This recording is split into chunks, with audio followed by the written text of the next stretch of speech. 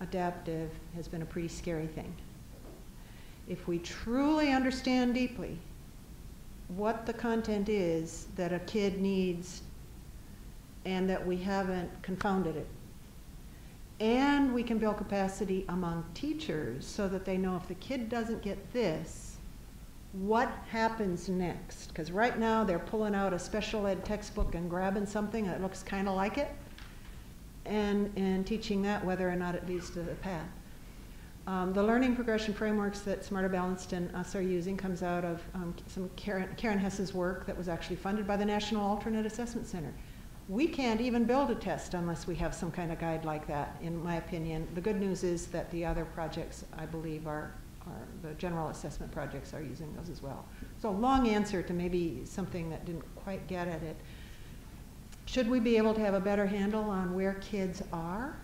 Yeah, I think so, with the better tests, but it's more complicated than you'd think. Now, getting back to the paper question. The teacher will still be the fundamental administrator of the test in our system. They will interact with the computer, and to the extent the student both has experience with and is can best show what they know interacting directly, they will do so. Barring that, the teacher will have materials she can, we anticipate, download and use and work or mediate, just like they are doing now with the assessment. What worries me, and we don't have an answer for yet, is that we do see some really cool item formats developing in some of the EAGs and other work that's going on out there that we think this group of kids should have access to eventually. How to replace that, those kinds of click and drag options and iterative kinds of items in a paper pencil, I don't think the General Assessment Consortium know yet either. I don't know, I'm looking. It's too bad. You're right in my line of sight. Audra Ahmada. I know, because I see you looking at me. Yeah. I'm not trying to distract you. But some of our states have some experience with that. It's just that I don't have an answer for that one yet.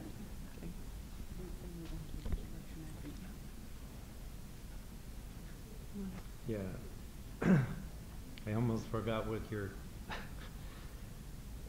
We're taking everything we're doing on our, and this ties back to, we are measuring strong content in our learning maps, and we research it. Those that are involved in our 13 states know that we have a team that's looking at the research behind every single skill node on our map where research exists. Sometimes you have to make decisions because you either have conflicting research or no definitive research. So we've taken that approach to making decisions about the content. We are measuring content. We're not beating around the bush and when we say we're measuring reading, we're measuring reading and constructing meaning from text. When we say we're measuring mathematics, we are measuring mathematics. So I'll leave it at that. But we are very, and just one comment about, we've been going around the country, Neil Kingston, the project investigator, and I have made trips to quite a few states, about 7 of them, and we tried to have people tell us what their best lessons look like, not what testing looks like, so that we can think about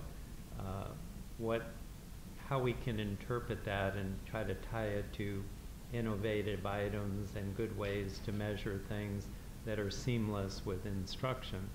So we have conceptualized about 6 or 7 different, nothing like totally out of the box that's totally way different than things are done, but we're in the process, and probably in winter we'll have prototype items that will actually, of the innovative type, that we can try with our populations and see with our best visions, can they actually do these things? So we're going to be try with real kids, take notes, go back to the drawing board if it doesn't work and make it better. So we don't think it's a matter of making everything creative and making it totally innovative, but we're going to have those types of things within what we do. Not every single item on our test will be super innovative. Brian, you had a comment, and then we want to move on to instruction and professional development. Right, well, then actually this may tie in. Alan, you were just talking about looking at what was happening within instruction. Rachel, you mentioned student familiarity with whatever process you're using. My concern is for this population, particularly with online delivery, is that that's not typically how instruction is delivered to this population. Particularly if you're talking about a group of kids where they're not even using AAC devices, then the likelihood is they're probably not using computers in an innovative way for instruction. It's something we're dealing with on the general ed side also, is that kids are taking online tests, having never been instructed that way. So, and I know instruction isn't what's important to you in terms of what you're, I mean, not that it's not important, but what you're trying to develop are the instructional skills. But it really is going to drive, I think, the state that has to think about. And that moves us into instruction and professional development, which I think we know is critical. You've heard all morning, if they don't get the content and you don't proper instruction, we don't know whether the test is valid anyway. We only have a few minutes, so let's each of you address that, and then I want to have anybody wrap up. No, go back up.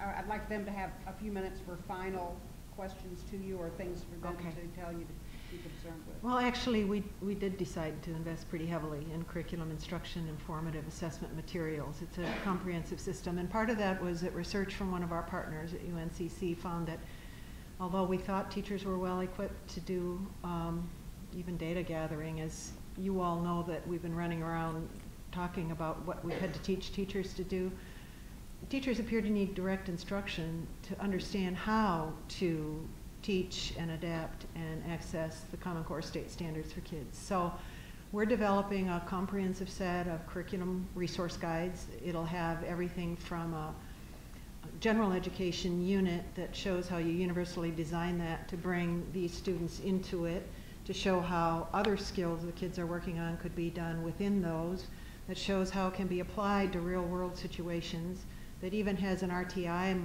type model that if the kid isn't getting it the first way, how you then come back either in small group or individual instruction at varied levels to come forward.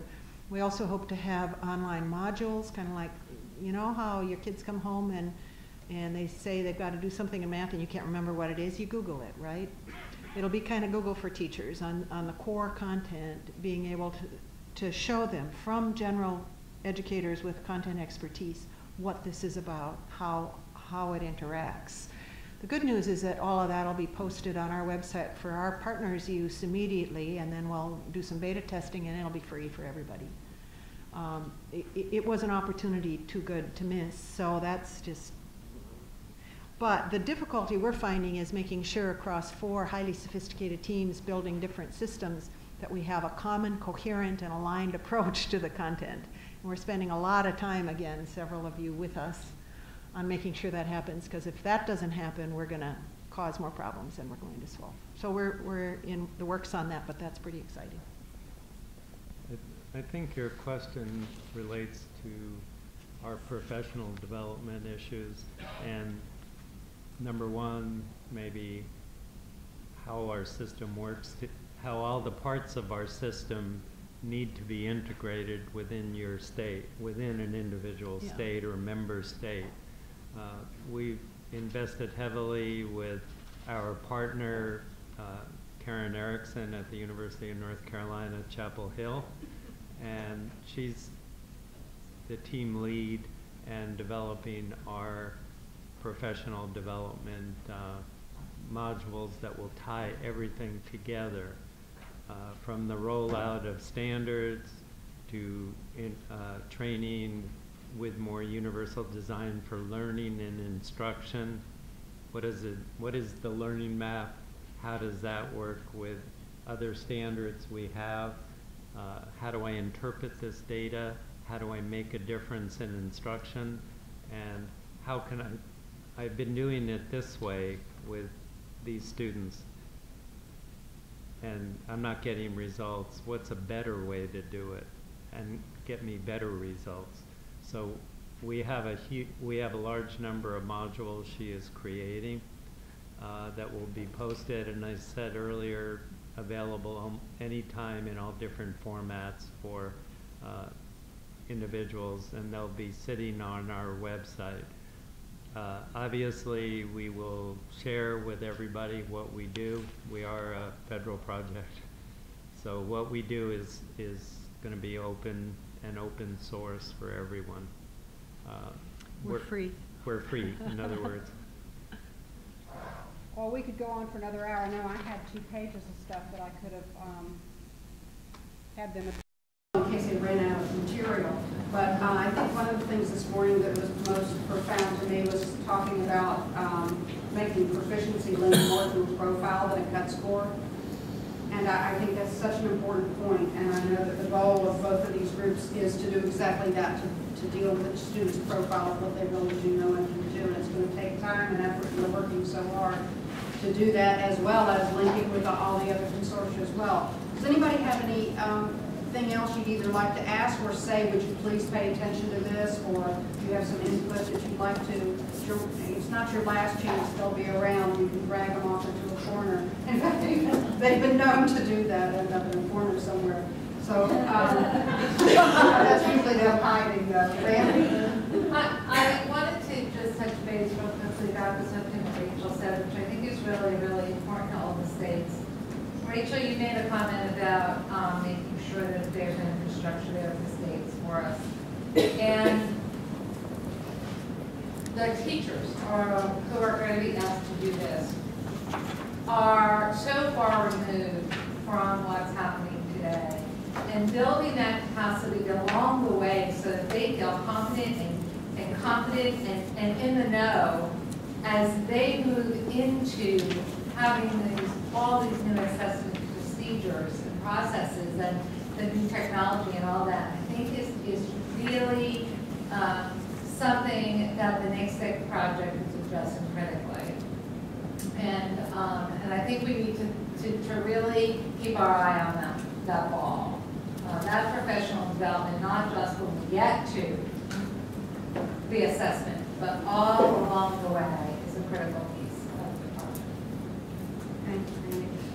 We immediately now go into the next session, which if you want to look at the program, it's not like they gave you any time to change rooms.